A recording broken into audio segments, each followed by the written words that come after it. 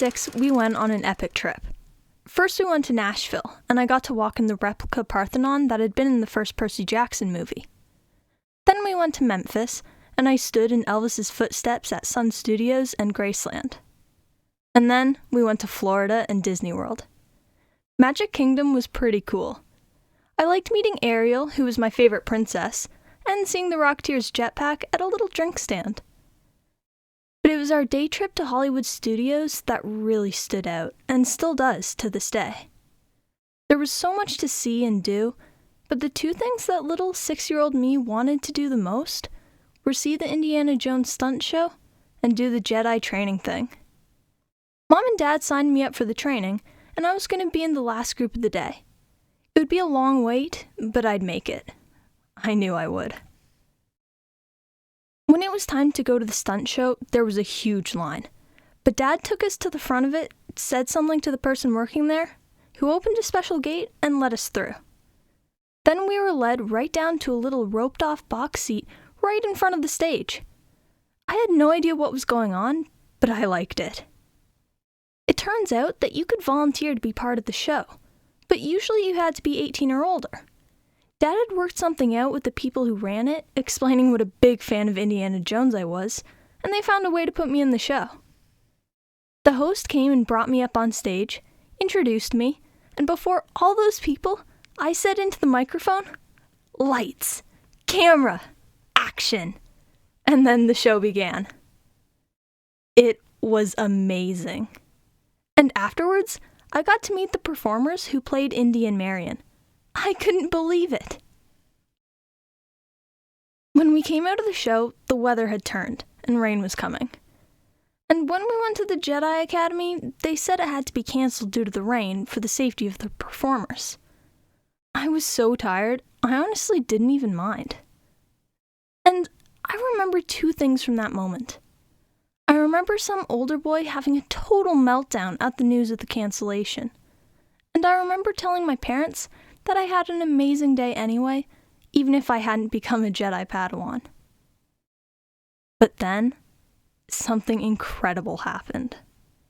One of the workers signaled us and led us through a side door. We walked through the maze of hallways until we came to a balcony that overlooked a Star Wars ride we had been on earlier. And we stood there, us and a few other families. I was at the head of the line, and suddenly, around the corner, a squad of stormtroopers marched in. And one of them came over to our lineup and walked up and down inspecting us. Then he pointed right at me, and then at a space on the wall on the other side of the balcony. I walked over, completely overwhelmed, and then as I stood there, Darth Vader strolled around the corner, came and stood next to me, and the stormtrooper let my parents know to take a picture of the moment. And that's the story of how I met Darth Vader and Indiana Jones on the same day. Which was a pretty big deal for a kid like me, who loves old movies.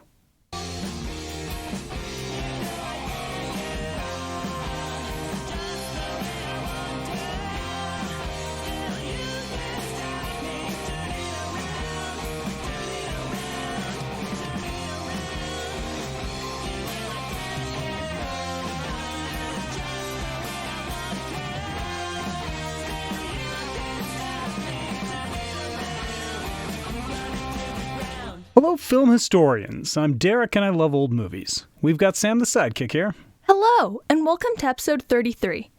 Our All-Western month continues with our second Harry Morgan film, The Ox-Bow Incident, from 1942. Wait. Our second Harry Morgan film? Yeah, he was the judge in Inherit the Wind. Sure. I'm just like, why wouldn't you say our first Henry Fonda film? Because I like Harry Morgan more than I like Henry Fonda. This isn't complicated. Okay, fair enough.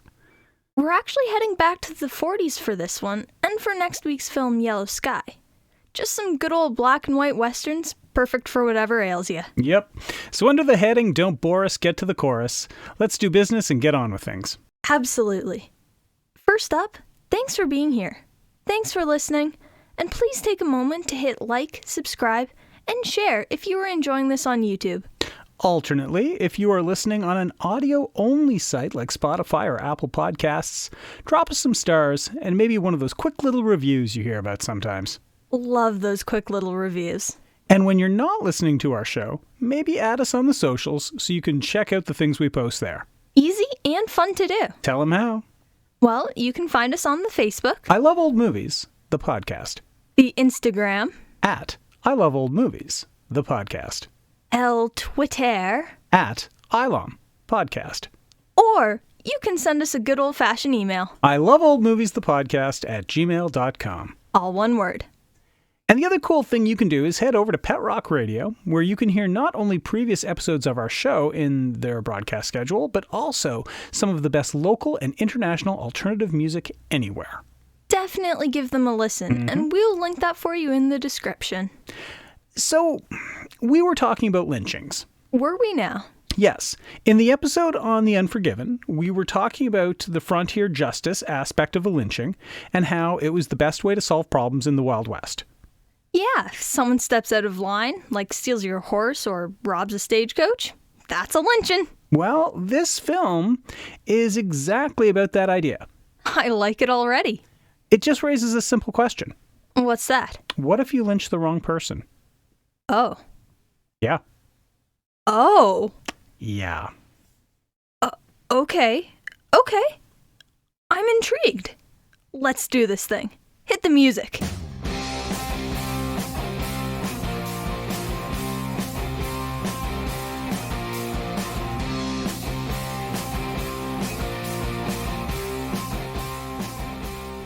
Our director is William A. Wellman.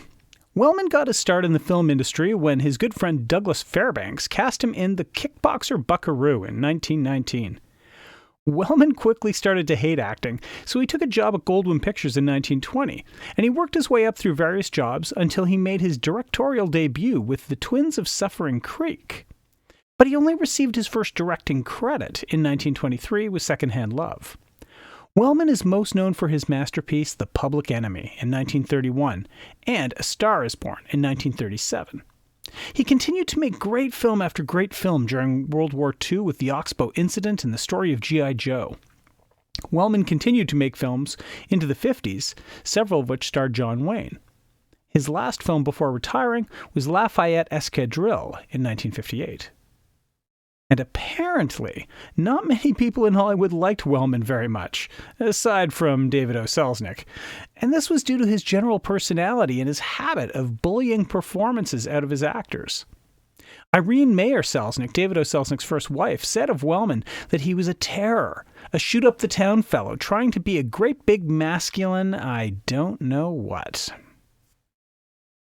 Ending his career with 81 directing credits, Wellman received a Lifetime Achievement Award from the Directors Guild of America in 1973, and he died in 1975 at the age of 79.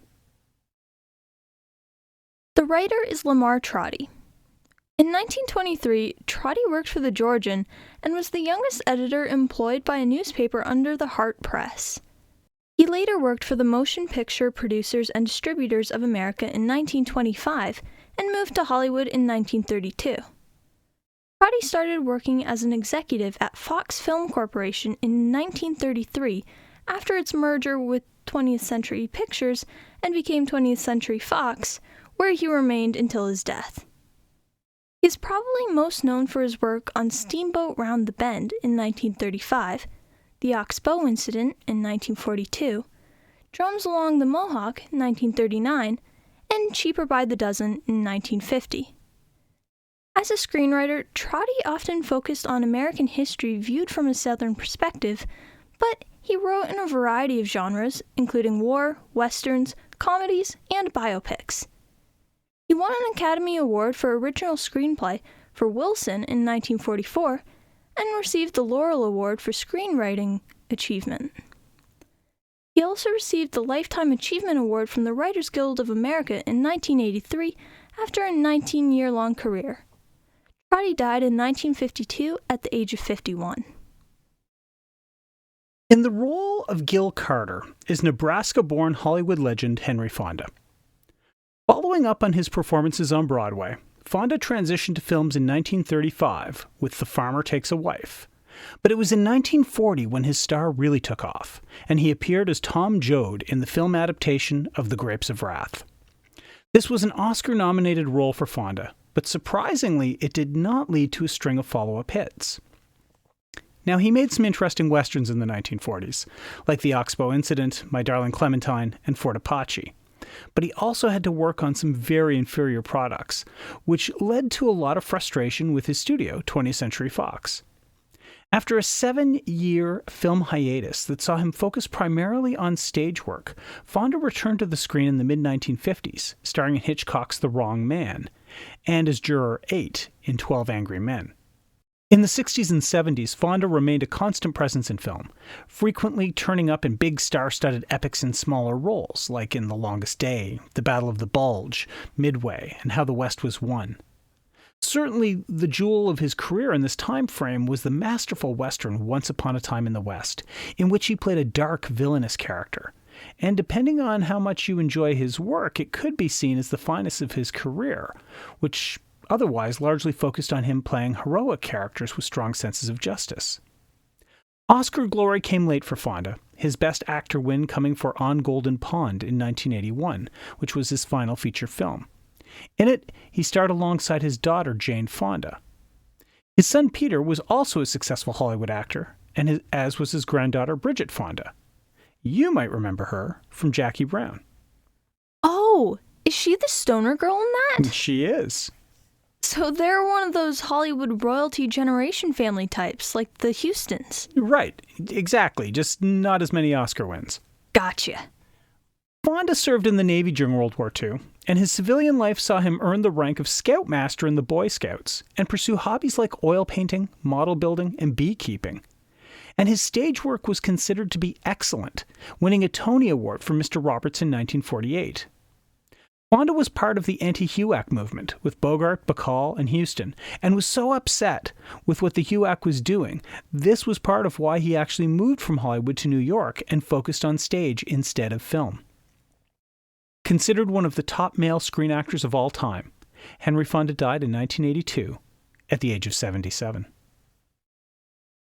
In the role of Art Croft, we have the masterful character actor Harry Morgan.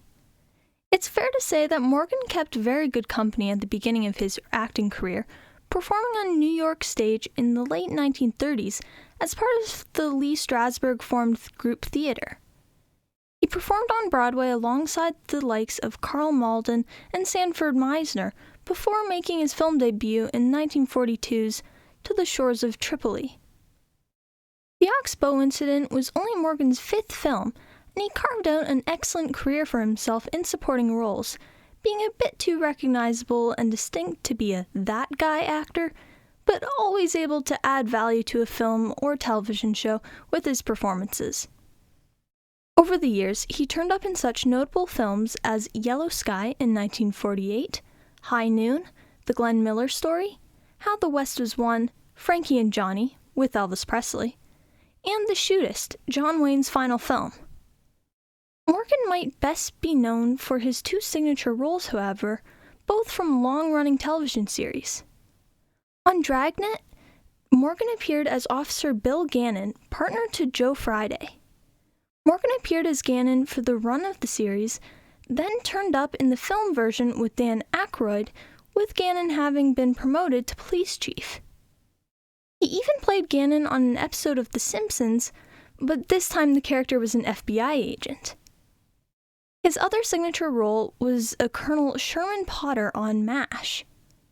Morgan joined the cast in the 4th season of the show, staying on until the end and then starring in a spin-off show following Potter's life after the war.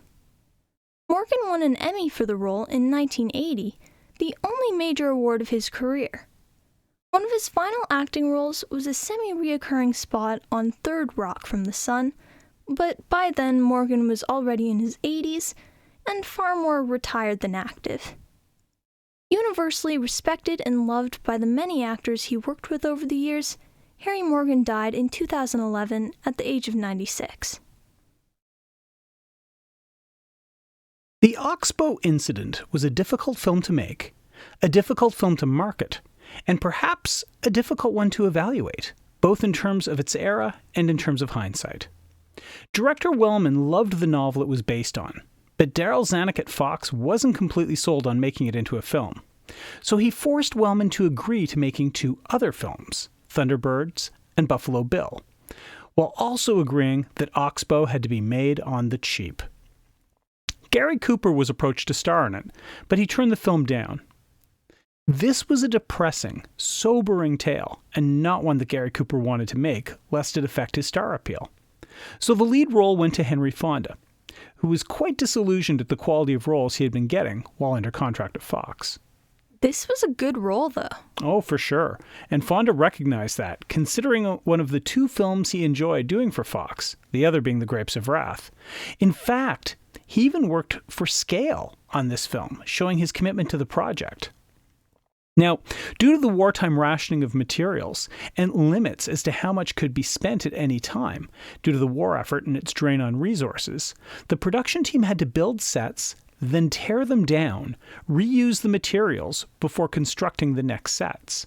This led to delays, especially when Oxbow was promoted as having the largest set ever constructed for a film. Using recycled materials and paid for on a dime. Basically, yeah. That's pretty wicked. Right? And the film did well, right? I would not say it did exceptionally well. Studio execs had no idea how to promote the film, or even what sort of audience it might even be for. The themes of the story were certainly a bit different from those of the average B-Western. So with the studio bungling that end of things, and audiences not really knowing quite what to make of it, it flopped at the box office. Oh, drat. But critics were quite kind to it, and the reviews were very positive. Bosley Crowther of the New York Times wrote that, quote, "It is not a picture which will brighten or cheer your day, but it is one which, for sheer, stark drama, is currently hard to beat." The film went on to be nominated for Best Picture, despite receiving no other nominations, and no less an authority than Clint Eastwood lists it as one of his favorites. The film is now generally seen as one of the most important Western films in American cinema history. Okay. What's the tale of the tape on this one, Sam? All right, so we have an 8.1 on IMDb. Mm-hmm. The audience score is 91% on Rotten Tomatoes, and the tomato meter is also 91%. There we go. The film was nominated for the Best Picture Oscar, and it can be watched on YouTube.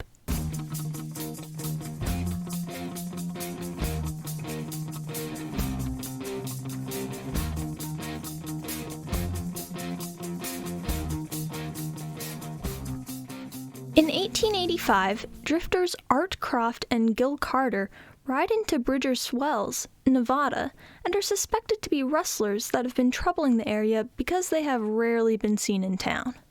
News comes that a local wealthy rancher, Larry Kincaid, has been murdered, and a posse is formed to pursue the murderers, who are presumed to also be the troublesome cattle rustlers. To keep suspicion off of themselves, Gil and Art join the posse.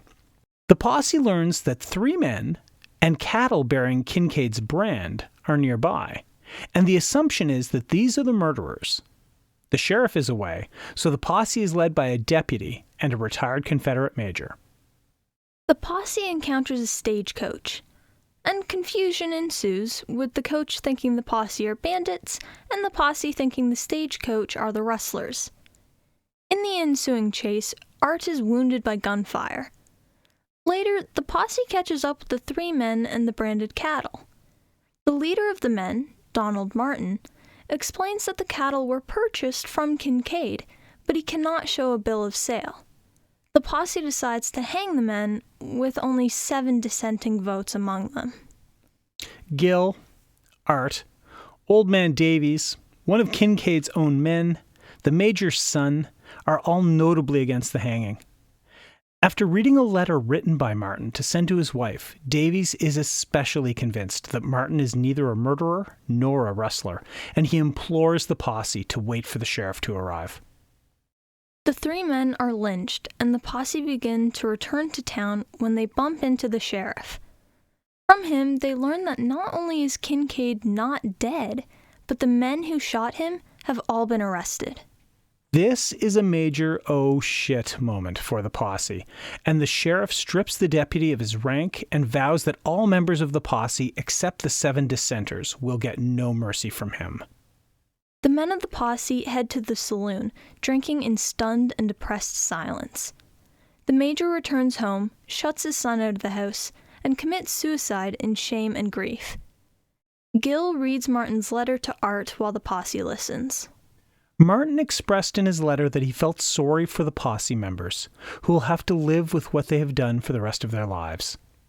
Finally, Gil and Art head out of town by the same route they rode in on to deliver the letter to Martin's wife. Okay, so that movie was devastating. Yeah.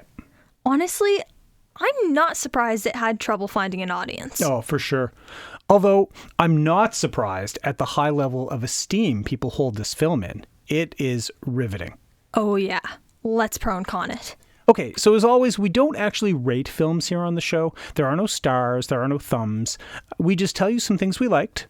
Some things we didn't. And then we recommend whether or not you might enjoy giving this one a watch. Take it away. My pros. Number 1, the downbeat tone of this entire film. It is so slow and contemplative, it's almost agonizing in places. In some ways, it's the longest 75-minute film you could imagine. And I mean that in the best possible way.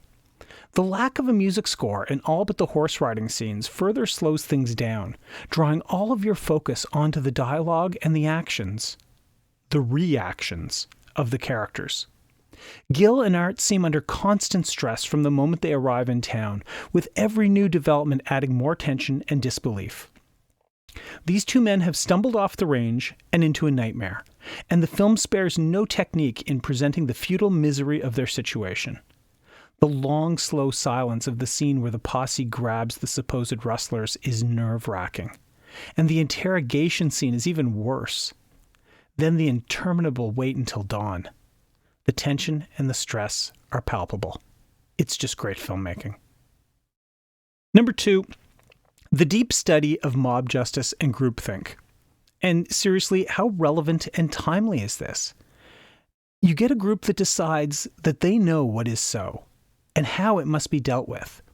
There's only one solution to the problem, and outside perspectives be damned. It doesn't matter that there's a lack of evidence to support the group's opinion. Their opinion is the justification. They don't mind violating the law through false deputization, lynching, ignoring trials and due process, because their mindset, their sense for vengeance, and their misguided sense of righteousness need to be satisfied. This is a chilling look at how ideology overrules logic, how opinions overrule facts, and how the group stampedes the individual. And it rings as true today as it would have almost 80 years ago. Number 3, the many well-acted roles in this film. Fonda is great, and Morgan supports him well, but the rest of the cast, from Dana Andrews as Martin, to Anthony Quinn as Juan, then Jane Darwell as Ma Greer, George Candler as Jimmy, who's one of my favorite characters in the film, and even Margaret Hamilton. The Wicked Witch of the West herself turns up in a small role. There's just a lot of great performers here doing a great job. My cons. The slow pace of the film doesn't do Art any favors in the scene where he is shot. Having received a serious rifle wound, you'd think there would be some alacrity in getting him help. But there isn't. They just continue to chase the stagecoach, and then Gil eventually gets around to dramatically saying, Art's been shot. This sets off a weird hullabaloo where Gil flirts with an old girlfriend while heating his gun barrel in a lantern to cauterize the wound, leading to the most pathetic off-screen cry of pain you're ever likely to hear. It's just all needless. The story doesn't need Art getting shot. It didn't need Rose the ex-girlfriend. And the slow pacing dragging out a needless part of the film comes across as pointless. Number 2, the end scene at the bar. Although I appreciate the stunned, sickening silence the men all sit in as they absorb the finality of their unthinking actions, I have trouble imagining Gil and Art sitting with the others, with those far more culpable men. And I take nothing away from the devastating impact of the letter being read to everyone. I just really, really don't see those two men having a drink with the others after what had just happened. Number 3, the runtime.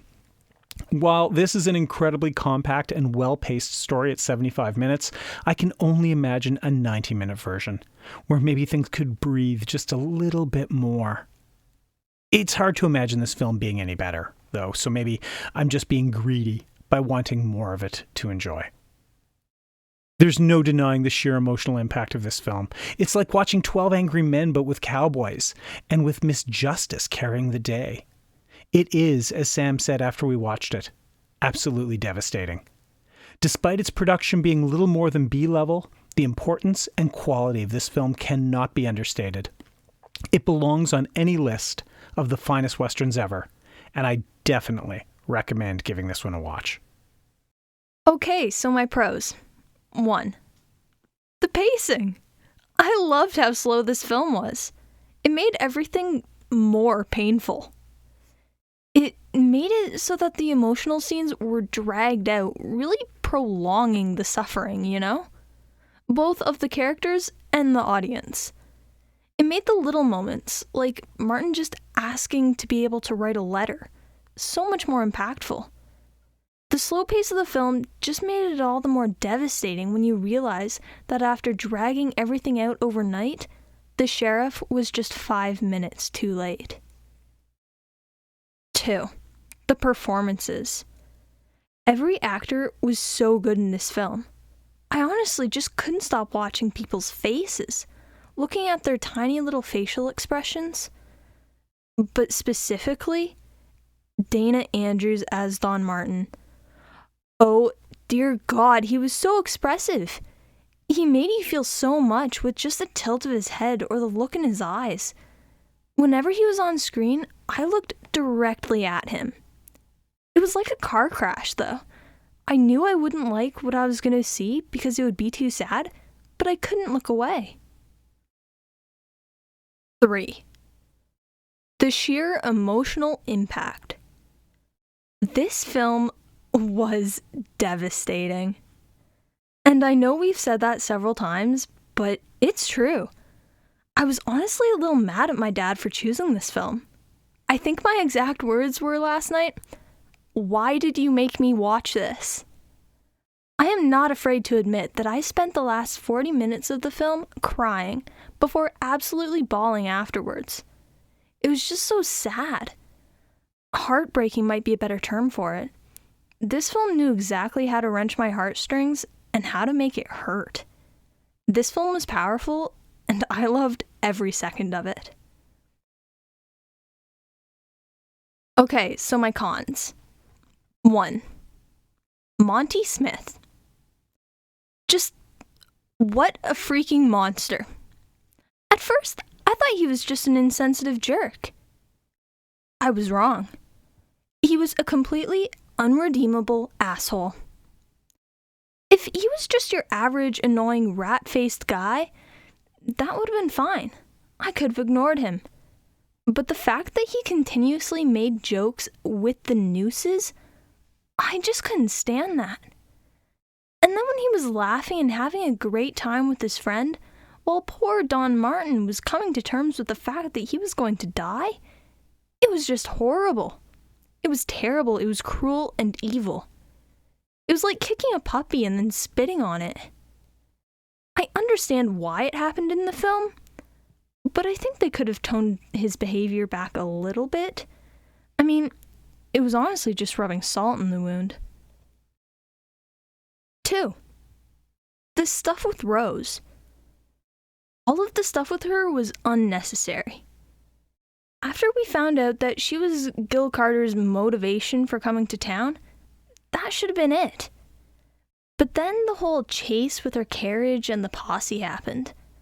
And then there was that awkward conversation between Rose and Gil with that weird tension. And then we never see her again. Like, what? If her impact in the film was going to be so inconsequential, it shouldn't have been there at all.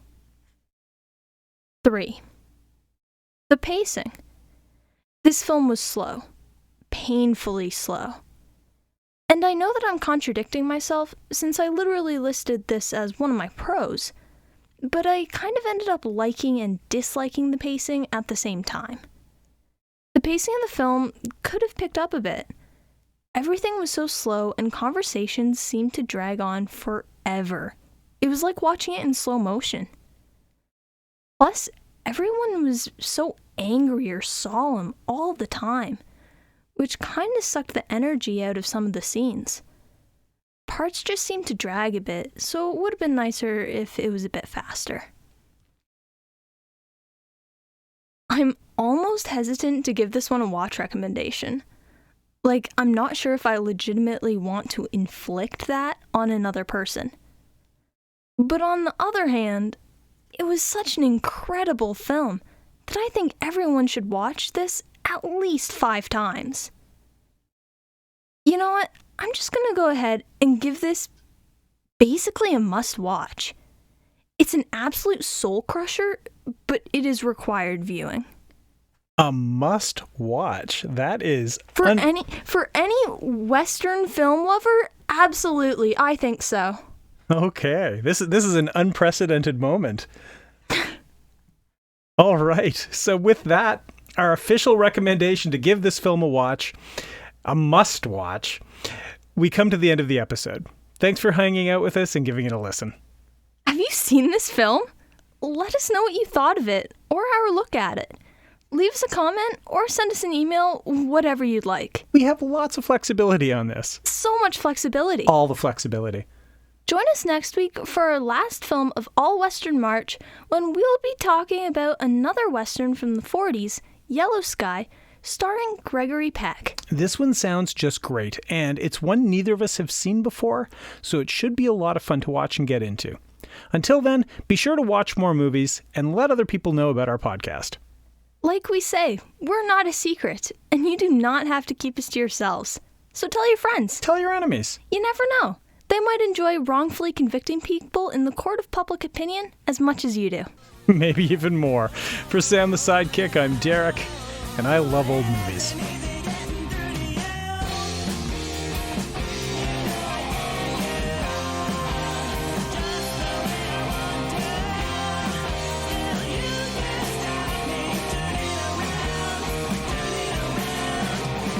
Additional research for I Love Old Movies, the podcast, is done by Nikki Weatherden.